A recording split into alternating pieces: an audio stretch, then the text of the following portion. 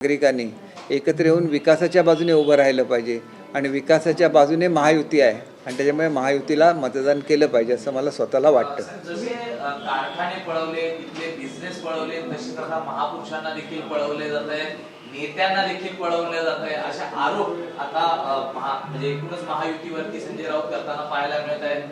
संजय राऊत बोलताना असं बोलले की गुजरातमध्ये महापुरुष झाले नाही. महापुरुष हे संपूर्ण देशाचे असतात, पण वल्लभभाई पटेल कोण होते? ते सुद्धा गुजरातमधले होते. त्याच्यामुळे गुजरात हा सुद्धा एक भारताचा अविभाज्य भाग आहे आणि ही निवडणूक मुंबईची आहे, ही निवडणूक काही गुजरातची नाही आहे. आणि त्याच्यामुळे हा जो काय प्रचार आहे याचं उत्तर विधानसभेच्या निवडणुकीमध्ये जनतेने दिलेलं होतं आणि महापालिकेच्या निवडणुकीमध्ये सुद्धा ते दिलं जाईल याची मला खात्री आहे. सी.आर. पाटील खासदार गुजरातचे त्यांनी म्हटलं की शिवाजी महाराज पाटीदार समाजाचे होते, गुजरातच्या पाटीदार समाजाचे होते. नाही, कुठल्याही महापुरुषाची जात लावणं हे अयोग्यच आहे. शेवटी त्यांनी स्टेटमेंट केलं म्हणजे त्या स्टेटमेंटचा मी त्याला पाठिंबा देईन असं बिलकुल नाही. मुळात छत्रपती शिवाजी महाराज हे महाराष्ट्राचे तर होतेच, परंतु संपूर्ण भारताचे होते आणि त्याच्यामुळे त्यांचा अभिमान हा प्रत्येक भारतवासियांना सुद्धा आहे. मुंबईमध्ये कोकणी किंवा मालवणी समाजातील भाषा बोलणारी लोक मोठ्या प्रमाणामध्ये आहेत. ठाकरे बंधूंचा प्रभाव या मालवणी लोकांवरती मुंबईतल्या होणार आहे का? तुम्ही त्यांच्याकडे जाऊ नये म्हणून त्या भागांमध्ये तुम्ही फिरणार आहात? निश्चितपणे मी फिरेन. मला एवढंच सांगायचं आहे की कोकण नेहमी बाळासाहेबांच्या विचाराबरोबर राहिला. शेवटी हा विचार करत असताना बाळासाहेबांचा विचार कोणी सोडला हे संपूर्ण मुंबईकरांना माहिती आहे, मराठी माणसाला माहिती आहे आणि त्याच्यामुळेच बाळासाहेबांचा विचार सोडल्यामुळे कोकणामध्ये सर्वच्या सर्व आणि बाळासाहेबांचा विचार ज्यांनी जपला त्या शिंदेसाहेबांच्या मागे आणि भाजपच्या मागे पूर्ण कोकण उभं राहिलं ही वस्तुस्थिती आहे. आणि त्याच्यामुळे कोकणी जनता ही मुंबईमध्ये सुद्धा शिंदेसाहेबांच्या बरोबर राहील याची मला खात्री आहे. सुषमा अंधारेंनी गंभीर आरोप केलेले आहेत. एकूणच महायुती म्हणून लढत आहे तर मग वेगवेगळे वचननामे हे का काढले जात आहेत? महापौर पदासाठीचं जे आरक्षण आहे ते अद्याप का जाहीर केलं जात नाहीये? या संदर्भात आरोप सुषमा अंधारे करताना एक गोष्ट अशी आहे की महायुती म्हणून लढत असताना एका विचारसरणीची लोकच एकत्र आलेली आहेत आणि त्याच्यामुळे तसं असेल तर मग महाविकास आघाडीला या ठिकाणी वाऱ्यावर का सोडण्यात आलं याचं उत्तरसुद्धा त्यांनी देणं अपेक्षित आहे. ते उत्तर ते देऊ शकलेले नाही आहेत आणि त्याच्यामुळे मला असं वाटतं की महायुती ही आपल्या राज्याच्या प्रगतीच्या दृष्टीने जेवढी महत्त्वाची आहे तेवढीच सर्व महापालिकांच्या आणि विशेषतः मुंबईच्या विकासाच्या दृष्टीने महत्त्वाची आहे. आणि त्याच्यामुळेच महाविकास आघाडीचं जे आज दुर्दशा झालेली आहे ती लोकांनीसुद्धा बघितली पाहिजे आणि त्याच्यामधून धडा घेऊन आपण एक शिकलं पाहिजे की आपल्याला मुंबईच्या विकासाच्या बाजूने राहिलं पाहिजे. आणि मराठी माणसाला ज्यांनी परत मुंबईत आणण्याचा संकल्प करून एवढ्या मोठे जे आज गृहनिर्माण चाललेलं आहे मुंबईमध्ये याचा विचार करून सर्व मराठी लोकांनी महायुतीबरोबरच राहिलं पाहिजे आणि सर्वच लोकांनी महायुतीबरोबर राहिलं पाहिजे असं माझं ठाम मत आहे. संजय राऊत वारंवार आरोप करतायत की ड्रग्सचं कनेक्शन आहे ठाण्यामध्ये. एकनाथ शिंदेच्या घरात ड्रग्स कुठून आले आणि याबाबत नेमकी भूमिका काय असणार आहे पक्षाची? मी मगाशीच सांगितलं की त्यांची तब्येत पुन्हा एकदा तपासण्याची आवश्यकता आहे. बेलगाम बोलायचं, काहीही बोलायचं याला काहीही अर्थ नाही आहे आणि त्याच्यामुळे त्यांनी खरोखर पुन्हा एकदा आपली तब्येत तपासून घ्यावी आणि ती लवकरात लवकर बरी व्हावी अशी माझी त्यांना शुभेच्छा आहे. प्रदेशाध्यक्ष भाजपचे रवींद्र चव्हाण यांनी लातूरमध्ये म्हटलं की लातूरमधून विलासराव देशमुखांच्या आठवणी पुसून टाकल्या जातील. मित्रपक्षाचे एक प्रमुख नेते म्हणून तुम्ही रवींद्र चव्हाणांच्या मताशी सहमत आहात का? विलासराव देशमुख हे एक राष्ट्रीय स्तरावरचे नेते होते. त्याच्यामुळे त्यांच्याबद्दल काही विधान केलं असेल तर त्याला काही मी पाठिंबा देणार नाही. शेवटी अनेक वेळेला भाषणाच्या ओघामध्ये ह्या गोष्टी बोलून दिल्या जातात, परंतु ते ज्या पक्षाशी संबंधित आहेत त्या पक्षाच्या संदर्भात चव्हाण साहेबांनी हे विधान केलेलं असावं आणि त्याच्यामुळे त्या संदर्भात विलासरावांचं नाव पुढे आलं असावं असं मला स्वतःला वाटतं. नक्कीच रहमान डकेत कोण आहे ठाण्याचा असा प्रश्न विचारतात संजय राऊत. मी आपल्याला आता सांगितलेलं आहे की त्यांची तब्येत पुन्हा एकदा तपासण्याची आवश्यकता आहे आणि त्याच्यामुळे बेलगाम विधानं करायची आणि कुठेही जसं आता करोनाच्या संदर्भात विधान केलं हे एवढं चुकीचं आहे. आणि व्यक्तिगत पातळीवर यायचं, काही लागट बोलायचं, कोणाच्याही नावावरून त्यांची चेष्टा करायची याच्या पलीकडे दुसरा काही उद्योग राहिलेला नाही. कारण स्वतः काही केलेलं कर्तृत्व दाखवता येत नाही म्हणून अशा तऱ्हेचे उद्योग या ठिकाणी चालू आहेत. सावरी येथील झालेल्या अंमली पदार्थ विरोधी पथकाच्या कारवाईमध्ये थेट एकनाथ शिंदेचे बंधू प्रकाश शिंदे यांच्यावरती आता सुषमा अंधारे यांनी आरोप केलेले आहेत. त्यामध्ये त्यांचा सहभाग होता. मात्र कुठेतरी सत्ताधारी पक्ष म्हणून कुठेतरी या कारवाईकडे हे संपूर्ण प्रकरण दाबण्याचा प्रयत्न होता. नाही, हे संपूर्णपणे चुकीचे आहे. त्यांनी माहिती योग्य घेऊनच बोललं पाहिजे. अशा रीतीने बेलगाम आरोप करण्यामध्ये काही अर्थ नसतो.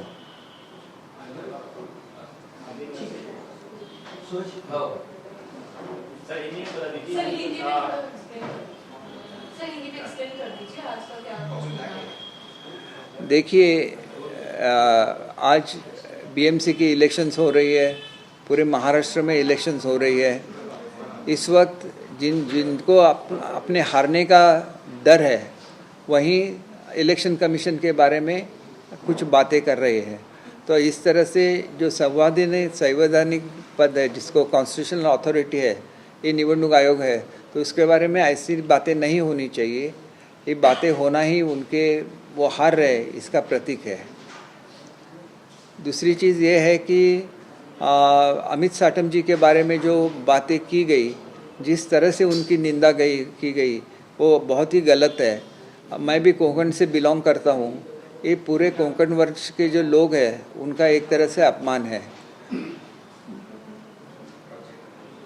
मुंबईत निवडणुकांच्या पार्श्वभूमीवर आपण जर पाहिलं तर राज्यभरात देवेंद्रजी किंवा एकनाथ शिंदे हे उत्तर महाराष्ट्र असतील, पश्चिम महाराष्ट्र, मराठवाडा या ठिकाणी फिरताना पाहायला मिळतात. मात्र ठाकरे बंधू जे सध्या आकर्षणाचं केंद्र ठरत आहेत, शाखा मीटिंगवरती आहेत आणि कुठेतरी पिछाडीवरती आहेत या सभांमध्ये किंवा रॅलीमध्ये. ठाकरेंसाठी मुंबईच महाराष्ट्र आहे. खरं तर महाराष्ट्राचा विचार हा खऱ्या अर्थाने बाळासाहेबांनी केला आणि त्याच्यामुळे बाळासाहेबांचा विचार हा संपूर्ण महाराष्ट्राचा विचार होता. त्यांनी बाळासाहेबांचा विचार सोडला आणि त्याच्यानंतरच हे स्वार्थाचं राजकारण पुढे आलेलं आहे. केवळ मुंबईमधली सत्ता, मुंबईकडे एखादी सोन्याची अंडी देणारं कोंबडी अशा रीतीने बघता कामा नये. तसं बघितलं जातं, ही सगळ्यात मोठी दुर्दैवाची बाब आहे. मुंबई हे तुमचं आमचं सगळ्यांचं एक मानाचा बिंदू आहे आणि मुंबई हे महाराष्ट्राचं हृदय आहे आणि त्याच्याकडे त्याच दृष्टीने बघितलं पाहिजे.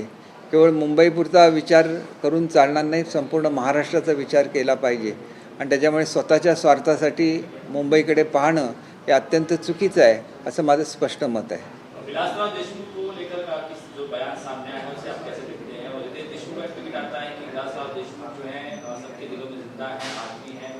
नहीं, उनके तरफ हमारा पूरा आदर है. जब इलेक्शन में कोई स्पीच हो जाता है तो उसमें कांग्रेस का जिक्र करते वक्त विलासराव का वहाँ पे रेफरेंस आ गया होगा, तो उसमें उनका अपमान करने का कोई भी इंटेंशन होगा ऐसे मुझे लगता नहीं है. इसके अलावा आपकी सहयोगी दल बीजेपी जो है वो सोशल मीडिया पर कई सारे मीम बना रहे हैं, जिसमें वर्षा गायकवाड़ है जो कैंडिडेट आ रहे हैं, उनसे पैसे लेने की बात की जा रही है. तो सोशल मीडिया पर भी बहुत ही अलग तरीके से बीजेपी जो प्रचार कर रही है. देखिए, इसके बारे में मुझे ज़्यादा मालूमात नहीं है, तो इसके बारे में मैं कुछ नहीं बोल सकता, क्योंकि सोशल मीडिया पे क्या आता है इसके बारे में मुझे ज़्यादा पता नहीं है. तो इसके बारे में कुछ बात करना मैं सही नहीं समझता हूँ. एक अभी मैंने देखा है कि जो ओवैसी जी हैं वो फिर से एक बार लव जिहाद का मामला उठा रहे हैं और कल नीतीश ने भी बोला उसमें कि वो आएंगे तो नारा पढ़ के लेके जाएंगे और दिखाएंगे कहाँ पर क्या हो रहा है. तो इसको लेके फिर से एक बार सियासी मामला फिर से गर्माता दिखाई दे रहा है. क्या आपका क्या स्टैंड रहेगा? देखिए, उनको जो भी इन्फॉर्मेशन मिली होगी तो वो आपके सामने लाएंगे. इसके बारे में मैंने कुछ बोलना ठीक नहीं होगा, क्योंकि एक तो ये गलत चीज़ है, ऐसे नहीं होना चाहिए. अगर हो रहा है तो उसको स्टॉप करना चाहिए.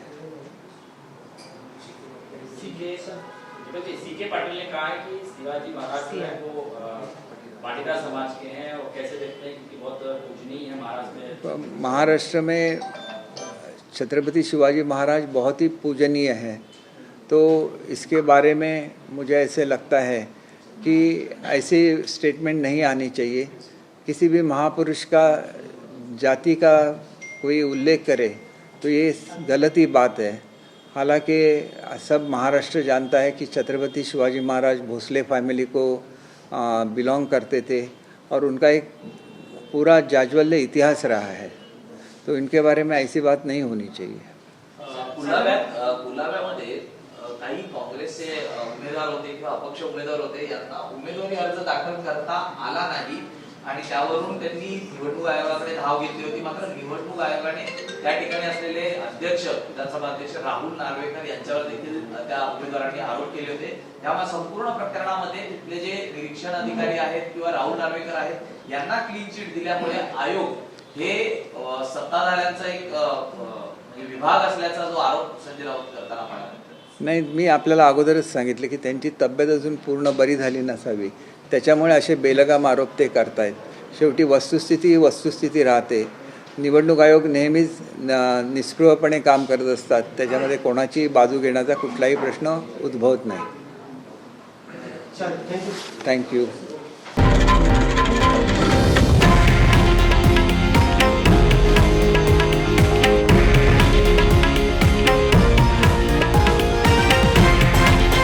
हे आहे देशातील नंबर 1 न्यूज नेटवर्क आणि आपण पाहत आहात TV9 मराठी, एकमेव.